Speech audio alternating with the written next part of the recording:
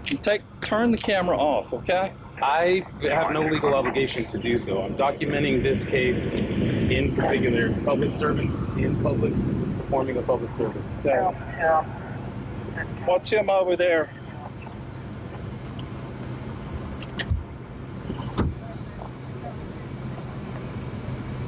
You're the one carrying the camera. I'm just the cameraman. Just need to see your ID, sir. My identification? Yes. On what basis? I'm not infringing on any private property. You're bringing a camera onto the property. You do not know who you are. I need your ID, please. On what basis, though? Sir, if you need my press pass to show that we're press, this guy is the press, and I'm the cameraman. Go stand in front of the Jeep, please. I want to be over here where I can talk to you. All right, 1, 2, 3. Now, we're compliant on public property. Nobody in there in City Hall, and I said, well, and he said, but there's, there's a spokesperson, Marcos, that you talked to? Yeah, so I said, well, let me go talk to her, and I'll just ask her a few questions. Mm-hmm. And then this gentleman... Yeah, he just went up to talk with Julie Breckville. I told you to quit filming me. Yes, sir, but you're a public servant on public property in a public place, and we are media. How are you doing this afternoon? Good, how are you doing? We're not trying to be resistant. We're not trying to be... I understand. We're just doing our job that we've been sent out here to do. Give me ID as well as he did. No, sir. No, sir. You asked for a press pass. I had to come back and get it. You asked me for a press pass, not ID. And we aren't breaking any laws, so... I didn't say you were breaking laws. I said we have policies. You said it was regarding cameras on... Yeah, we don't allow it without a permit. I don't know that you were with the press. I told him to turn his camera off. But the credentials are there. Those are the press credentials. Here's what I can tell you to do, okay? What I would do is contact Julie Breckville. And that's the person he talked to? I have no idea who you talked to. Yes, the... Man, I just tried to walk into City Hall. I didn't know it'd be create such a fuss. Brunette lady, short hair. Yeah. That's why we're here. We're here to figure all these facts out. Well, if you would have said that to begin with, then I could have referred you to the right place. But I believe you talked with Julie and she sent you away. She didn't send me away. She didn't tell me to leave. She didn't express any interest in me not being here. Did you not ask her if the city council was here? That's exactly what what did she say? She said they're part-time. They're not here. So I said, okay, let me go out. And in my head, I didn't tell her where I was going. She didn't tell me to leave. In my head, I decided I'm going to go out and confer with my reporter to figure out the next move. Okay. And in doing so, we decided we should go back in there and ask her if she wouldn't mind us shooting some footage. Another thing I'm curious about, like you said, we had to be authorized media, but why wouldn't a person with a video camera, like I'm from Austin, Texas, we have a huge city hall, and we could walk in with cameras and just, hey, how you doing, sir, and talk to people up the stairs, inside the building. So imagine our surprise when we're just blocked right away. What are you doing with those cameras? It's just kind of odd to me. Yeah, but can't answer that, sir. Okay. I'll be honest with you. All right. Are we allowed to videotape the building, for example, for like a B-roll or something? I mean, is this privately owned property? Yeah, I would check with Julie. Yeah, in Georgia, really, there's no publicly owned property. Everybody owns something, as far as property. But I don't care what Okay, just from the outside. That's up to him. He's a city hall officer. Then, so it's his. He's more familiar with what they allow at city hall than I am. Sure. And if he tells you, he asks you not to, then. Okay, so you wouldn't be comfortable with us videotaping the building? I would like for you to talk with Julie Breckville, and if she says fine, I'm fine with it. I'm just carrying out my duties here at City Hall. You guys get much excitement in this small town? Is that off now? Turn it off. No, it's not off. Yeah, we're up at Chicken Man's house. Well, go. Yep. Cool. You have any questions? Feel free to answer. I'll be glad to. Were you called in on that at all, or the Chicken Man? That's a tragic story. Yes. It says both are off days, so neither one of us were here. Unfortunately off that day. So.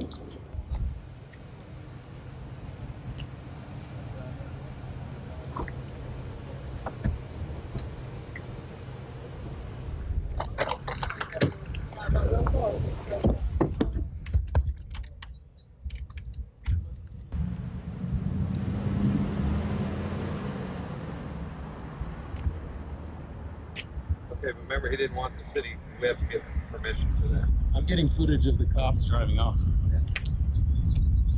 Ridiculous. God, can they make it any more difficult? Now, was the audio working on that, or was it just going to the microphone? Just going to the shotgun. Okay, we got shotgun. Good. Well, a funny thing happened to us in front of City Hall in Roswell, Georgia today. We showed up here moments ago to enter City Hall, see if we can interview some of the people in the City Council, perhaps talk to the mayor. And we were immediately met by police officers who told us we were not allowed to enter City Hall. Also, they told us we weren't allowed to take any photographs and that we must have the proper credentials to photograph in the area. You know, we had a little scene that went on for a while. Marcos and I kind of schooled them on our basic rights and that we're allowed to photograph. But interesting, this family over here, moments later, showed up and began taking pictures right there in front of City Hall. So apparently, some people are allowed to, others, info warriors, are not. I'm Darren McBreen, Infowars.com. Well, that is some pretty colorful color of law. Somehow you're not allowed to film out in public. Somehow there is no public property in Georgia, and you have to ask permission to even film a building, and they didn't want to let them inside the building. Nobody wanted to answer questions. They didn't even think cameras were allowed to roll. So I guess there's no First Amendment in Georgia. There's only Agenda 21. And that is what it is. It is curbing industrial development. It's curbing first world industrialization overall in favor of this world government policy they're pushing forward. Not that these local cops know anything about it at all. They just tell people to shut up and don't ask questions about Andrew Wirtis and why he died for having backyard chickens. Had a dispute for years with the city. Suddenly it ends in an explosion and his death when they try to evict him in a raid. But what is going on more behind the scenes is this is all dating back to 1991 when they had the United Nations Conference on Environment and Development, where they had the Agenda 21 rolled out at the hands of top globalist Maurice Strong, among others. And you've heard from George Hunt, you've heard from Michael Kaufman and others who were at those meetings, who covered those meetings, who read the reports in detail. They want to totally curtail the United States Western society development. They want to redistribute wealth to the third world, and they want to clamp down on everything that has made America great, everything that's made Americans wealthy, hardworking, and that's what we see here. Urin Mason has fleshed out a lot of quotes from that UN CED conference back in 1991, and he ties it to the Andrew Wirtis event, saying the tragic case of Andrew Wirtis, we learn what it means to live under the yoke of Agenda 21. Its repeated calls for deindustrialization and the developed world to be ended by the global elite, and it's much more than that. And so you've got this Ignacy Sachs writing a report in 1991 in which he uses what Urian calls the ultimate euphemism. The blueprint for mass death is now the virtuous green path. And it says to be meaningful, these strategies have to be carried out long term, over the span of several decades, 35 to 40 years at a good time, a good compromise to keep people distracted, unable to follow the real issues. God knows those cops in Roswell, Georgia certainly couldn't follow the issues. It's hard enough knowing what you're looking at and trying to research it. It's all this long-term smokescreen to keep the eye of the public off the ball and to slowly phase in these policies, these developments. But what do they call for? They openly call for taxing the West, redistributing wealth to the developing nations, not to help them either, really, just to lower population. They want to redistribute that wealth in a way that curbs their population. Don't empower them, don't give them homes and things, just curb the population, kill the West's standard of living, bring everyone into one global government. That's what you see here, and here's the document. You can go read it for yourselves. The next 40 years, transition strategies to the virtuous green path. North, South, East, global, the virtuous green path of exterminating everyone. Meanwhile, it's all being done in the name of climate change, of global warming, and Paul Joseph Watson reports that penguins, polar bears, glaciers, Arctic ice, and more are all thriving. You've got reports from the Toronto Star about how polar bear populations are defying predictions. Instead of curbing down to less than 650, they're still at the 1,000 plus level, even though they've been hunted and other things have happened. You've got twice as many emperor penguins as they thought in Antarctica, as the first ever count from satellites in space confirms a population more than twice the level they thought, at 595,000 birds, 600,000 birds, more than the 270 to 350,000 birds they thought existed. And the glaciers aren't melting. You've got to remember, the same globalists calling for this world government and saying we have to give up our rights and our way of life due to climate change and the global warming were predicting global cooling in the 70s and calling for the same draconian action. And that's just what they do in action. They just want to curtail human activity, put in a dictatorship, and depopulate the planet. They really could care less about the wildlife. That's just an excuse. I think you know that. We've shown the research. We'll continue to bring it to you. We turn now to our quote of the day. In this possibly terminal phase of human existence, democracy and freedom are more than just ideals to be valued. They may be essential to survival. Those are the words of Noam Chomsky, and we'll be right back in the interview with Holland Vandennieuwenhof, one of the makers of A Noble Lie, about the Oklahoma City bombing, as well as Dale Phillips, a member of the investigative committee put together by State Rep Charles Key. Stay tuned, and thanks for supporting Infowars Nightly News.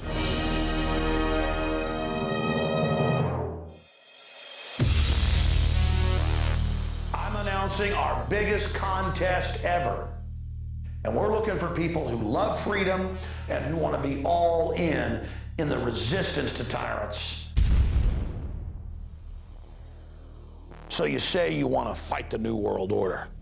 Why, if you were on the radio, if you were Alex Jones, you'd really kick some globalist ass. Well, here's your chance.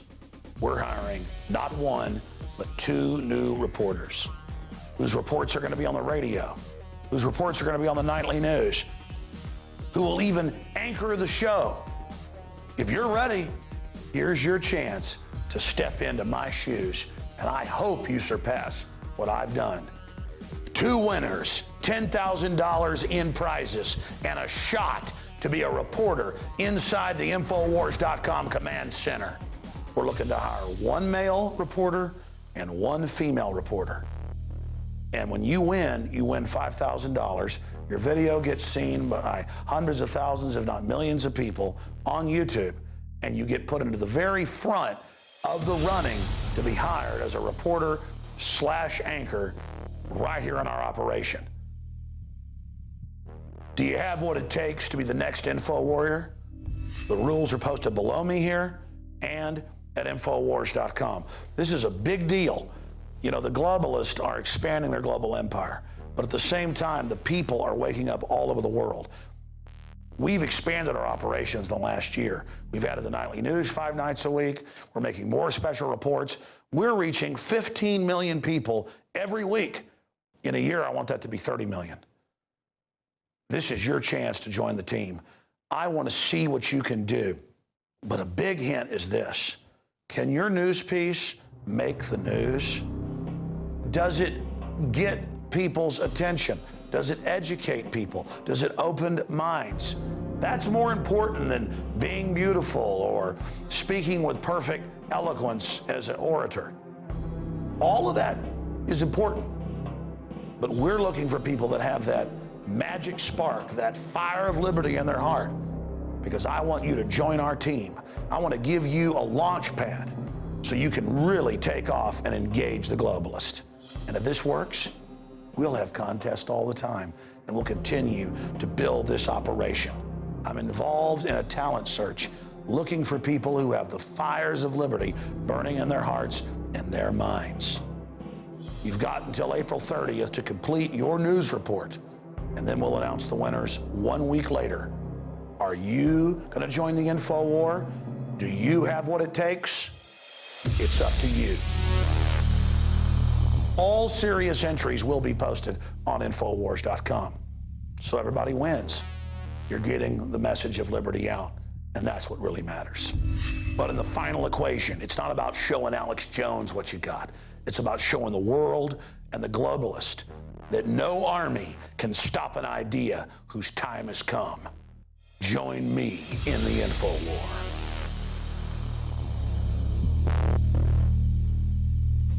So you say you want to fight the Infowar. You say you want to go head up against the New World Order.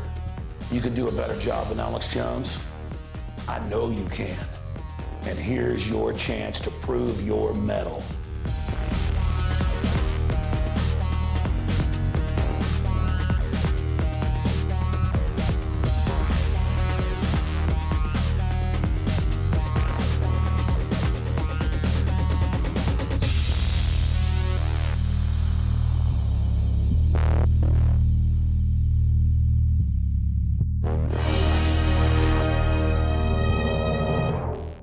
I really enjoy it when the globalists try to poison us, and, well, we resist them via a free market system.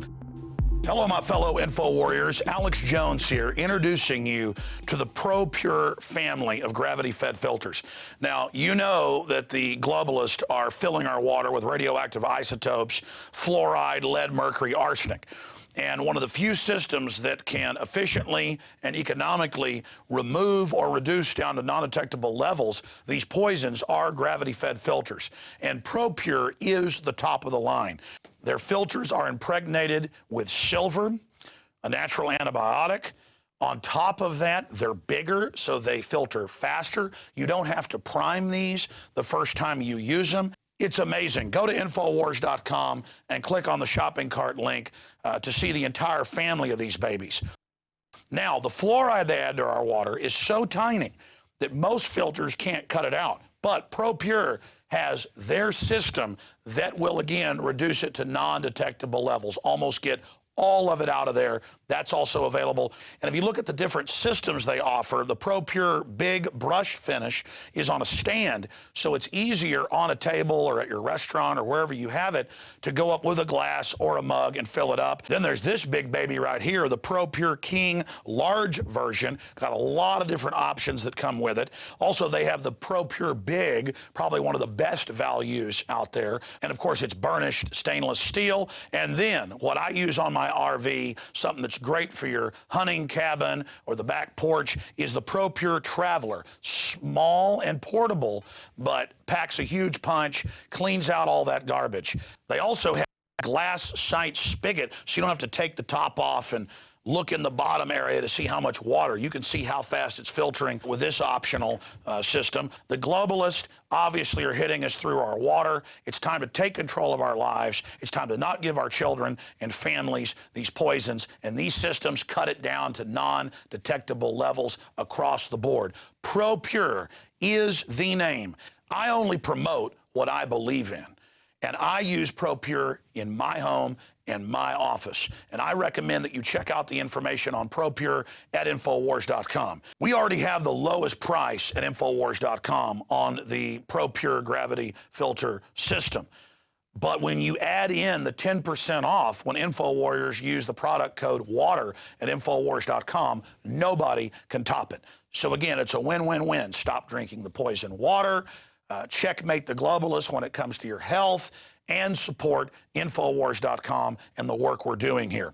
You know, many revolutionaries rob banks and things and kidnap people for funds. We promote in the free market the products we use that are about preparedness. That's how we fund this revolution against the New World Order in our move to restore our constitutional republic and a spirit of 1776 worldwide. Check it out at Infowars.com.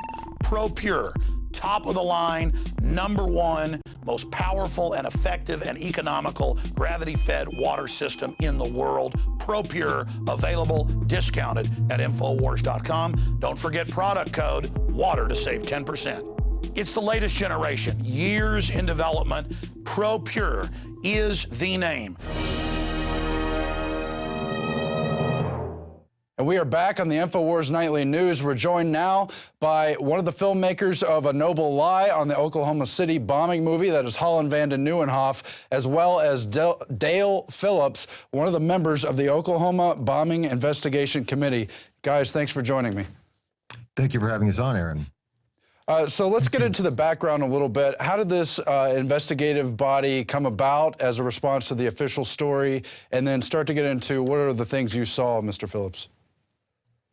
Well, actually, I didn't know Charles Key at the time that the bombing took place. Representative Charles Key was immediately on top of watching the actions of the government in the case of the bombing. And I actually, of course, observed him contending with some of them concerning the facts of the bombing and what took place. And he was a rarity, and still is for that matter, in his ability and his desire to seek out the truth in occurrences such as that. And I didn't know him at that time, but I told my wife at the time that I wanted to really get to know him, because it was very impressive that he had the courage to stand up against what were obvious lies. When the bombing took place, there was, of course, everybody knows what the building looked like and all that, but there was 5 times when they stopped the rescue operations to take out armaments and other things that the local news media stated were left in the building and that were taken out. Even the governor stated that they had those kind of things in their possession and were researching them and trying to use those to figure out who did it. Well, it wasn't very long after that after the feds came in on the second day, that the whole story started changing, and Charles started coming against the obvious cover-up and lies, and that impressed me, and so I got to know him.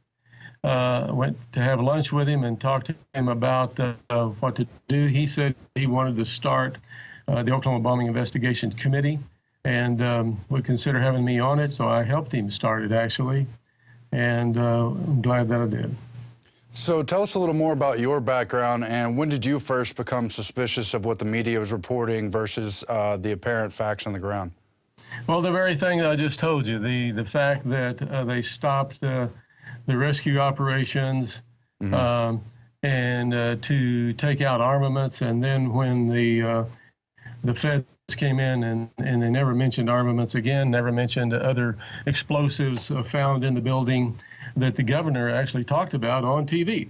But those kind of things weren't talked about again. It's amazing how they can expect people to just totally forget what they were told yesterday.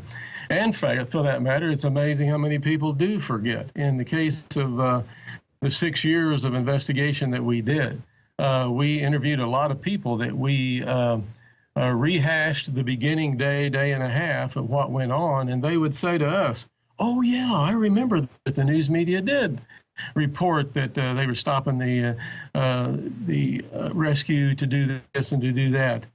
But people will forget real quick, and if you just tell them over and over and over that something is black, they will forget that it was white.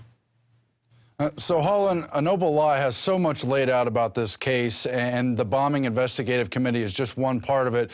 Help us draw some of the background picture, how big this lie is, why it's still important today, and then let's get back into the Investigative Committee itself and what they found. The Oklahoma City bombing is important for people to realize the facts of, because it's such a demonstrable case of the official story being utterly false. You have to remember the Oklahoma City bombing occurred in the infancy of the internet, when the dissemination of information wasn't so rapid as it is today. If they tried something as sloppy as Oklahoma City today, it would gain a lot more exposure, and they probably learned a lot from that attack. But it is such a demonstrable case of the official story being false and a lie that it calls into question every official story for any kind of terrorist event that happens since then and in the future. Sure, yeah. And then, so let's get back into the Oklahoma City Bombing Investigative Committee. What journey did that take? What kind of role did State Rep Charles Key play, and what did you find, Mr. Phillips? Well, we actually, Charles Key headed up the committee and brought people on the committee, and we even hired our own investigators. We gathered up public funds just from people that would, like myself or others, that would give some funds to hire investigators, and we had an office staff, and we were starting to pull in information. We interviewed, I don't really know how many he could tell you, but probably got into hundreds of witnesses from every area of concern.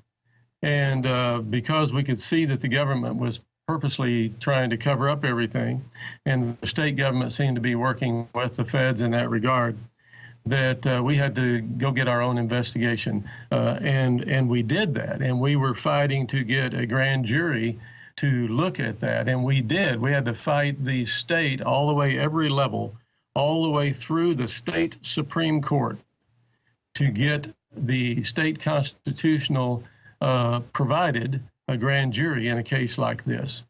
And Bob Macy was the district attorney at that time, and he fought us all the way, every level. And one time in a meeting with him, Charles actually asked him, and you could ask Charles about this sometime, that why are you fighting us every level of this? Why don't you stop fighting us? And he said, they won't let me. And Charles said, who are they? And he wouldn't say. So anyway, but we did take it all the way through. We did get the state Supreme Court to honor our request for a grand jury. And we did have a grand jury, and we obtained, I don't know what it was, $1 million or something to help us with the grand jury. Well, lo and behold, they put the grand jury, they put Bob Macy in charge of the grand jury. So they put our enemy, in a sense, in charge of the grand jury, and then gave him the money, and he proceeded to investigate us. But that's huge. You've got so many facts of the case not adding up at all. In hindsight, it's clear what it was, and yet you've got these officials not caring that people in their own state and their own home area were killed from this bombing. They don't care how many lies and cover-ups are going on. He just tells Key to his face that they won't let me stop basically covering this up. I've never heard that before. Well, the thing is, people like Phillips and Charles Key and other people we interviewed, they didn't start out distrusting the government. They wanted truth to be done in this case. They were victims, many of them, the people we've interviewed, of the bombing. But when they saw that the government was not pursuing evidence, not pursuing leads, ignoring things that people had seen, manipulating reality, they tried to use the system. They went through the petition system. They went through the grand jury. And at every level, the government failed to abide by its own obligations to the citizens. And now, with the noble lie, at least we're reclaiming history. If we can't have some of these people in the witness stand answering harsh questions, at the very least, we can reclaim history and stop remembering the lives of those 168 people with a lie. Let's remember them with the truth and seeking real truth and justice instead of covering it up. VZ Lawton is one of our one of the committee members. You may have already interviewed VZ, I'm not sure. VZ's pretty sick right now, probably can't be interviewed anymore. But he was in the building at the time that the explosion went off.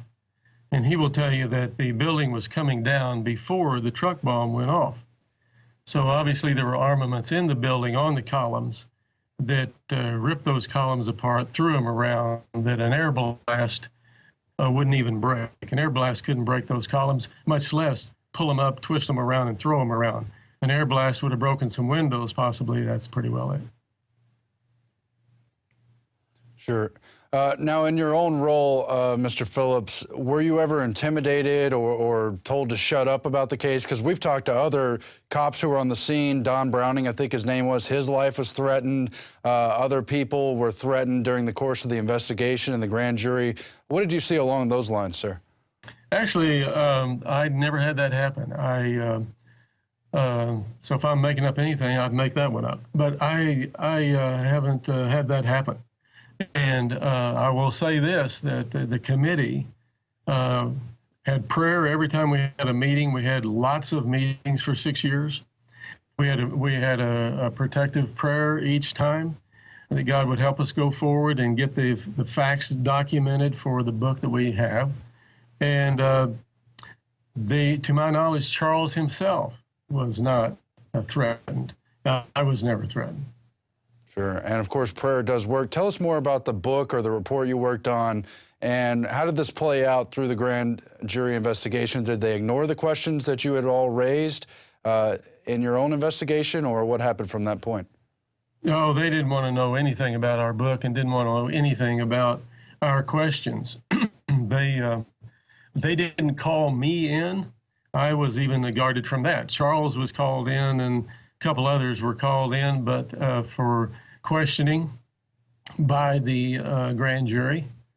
And the very grand jury that we got put together, we got 13,500 signatures. There was only 5,000 required.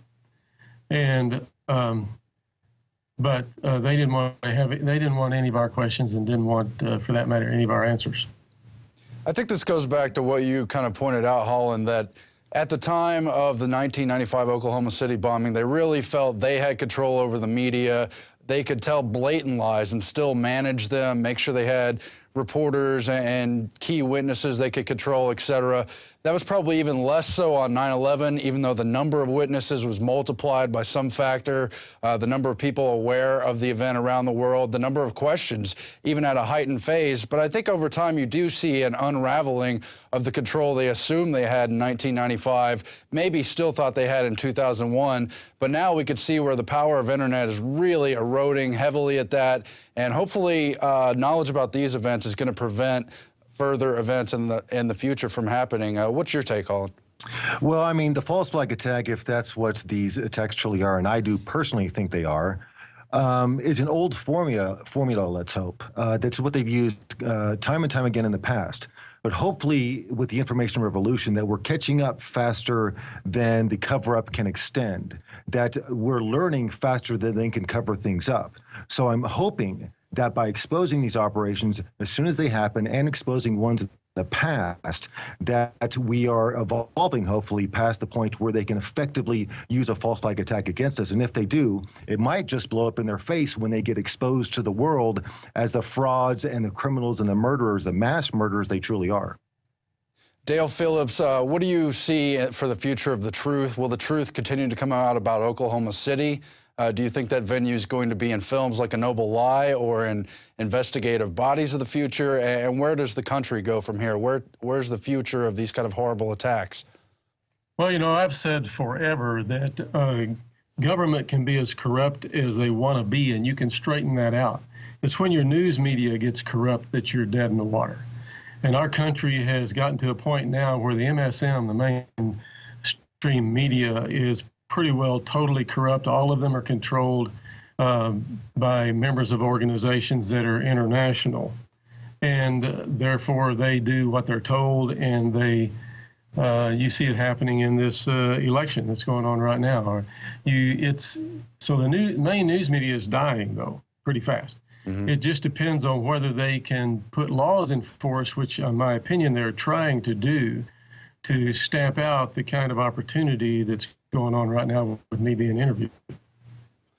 What do you see for the future also of the extremism issue? So much of the white supremacist movement was supposedly brought in to the Oklahoma City attack, and we see it played out again in the Obama administration, another Democratic administration. A lot of the same officials involved, Eric Holder and others, and they still continue to pursue this line that somehow there's a cadre of extremists out in the country, and on their behalf, they've got to kind of get everyone under control, ask nosy questions, put everyone under suspicion, all to prevent this kind of thing from happening again.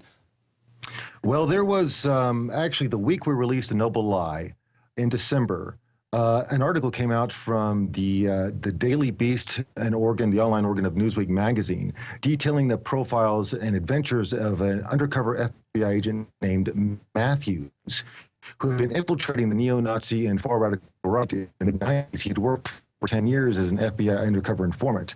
He is a Marine veteran of Vietnam, and he thought he was doing the right thing. But he quit, and this is actually profiled in Newsweek. He quit when he realized that the FBI's job was to actually incite these militias. I mean, a lot of these groups are being fed firearms from military bases. It's not like some of these far-right militias were stealing weapons. They were actually being fed weapons to incite a fight with the neo-Nazi and far radical right and some of the militias that were associated with that, truthfully or not. And the fact is that that Newsweek article, which mentioned an undercover FBI operation called PACCON, Patriot Conspiracy, which was the FBI operation to infiltrate every far-right organization in the United States in the mid-90s and implicate them in firearms and explosives felonies. PACCON, all mentions of PACCON were cut out of the Newsweek article. That is still sensitive. In fact, one FBI agent said PACCON will get you killed. And we believe that Oklahoma City was perhaps spawned out of Operation PACCON in the mid-90s. That's very interesting. I think it's true that what we have going on seems obvious to me, that we have every form, whether it's domestic or international or otherwise, of proposed terrorism that the world leaders, so to speak, if you want to call them, behind the scenes are trying to scare the public into giving up rights, giving up guns, giving up any kind of protection by using the fact that there's a terrorist behind every bush and around every corner. And they're being pretty successful at it at this point. But I think whether it's the neo-Nazis or whether it's the skinheads or whether it's all the other things we could name, all of those are being fed to the public on a basis of, we're going to protect you from them. So you need to give up your rights. I totally agree, and I think that's why A Noble Lie is still important. Not only is it a well-made film, very captivating, hit on a lot of details I wasn't aware of, even though I kind of got the larger picture, it was one of these false flags. But the fact is, we see them continuing to try to take away our rights under whatever pretext. And then when people shout out about it, cite the Constitution, et cetera, they've got these weird extremist cutouts they could put to deflect the public, keep the public from embracing the very people trying to defend the Constitution as they destroy it. Your closing comments, and we thank you for joining us, of course. Mine? Both of you guys. Okay, go ahead.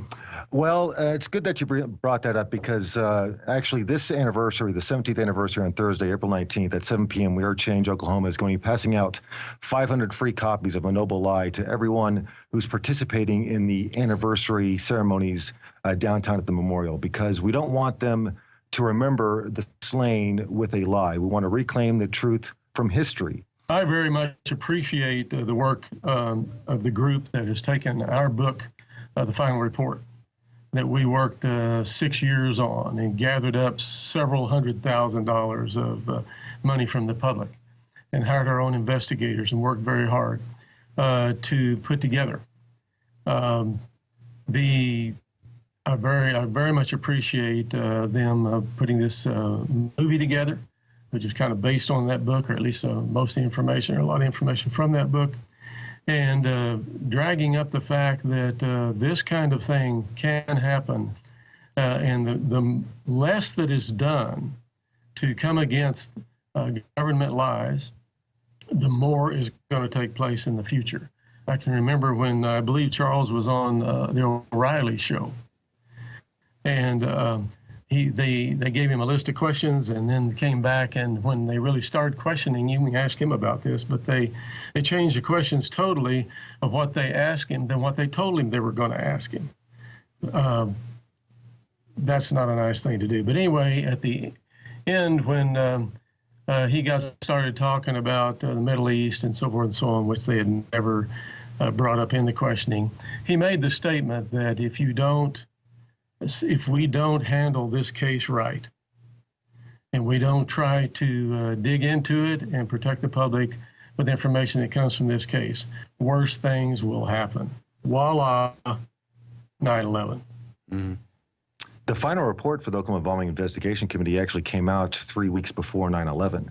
I'm not saying the two are related, but the fact that 9/11 happened kind of drew attention away from the conclusions of the bombing committee. And that story was ignored because that was the compilation of years of effort of disproving the official story. And like Dale said, we based a lot of the information in A Noble Lie upon the final report of the bombing commission. It is interesting, though, that they look for any opportunity to give closure to the issue and forget about the questions that were so painstakingly drawn out.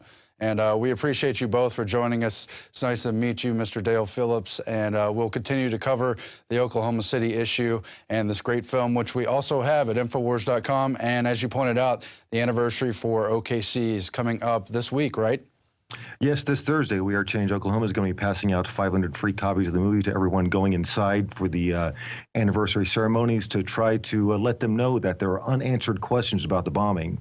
And the people holding these anniversary ceremonies are not remembering the dead truthfully.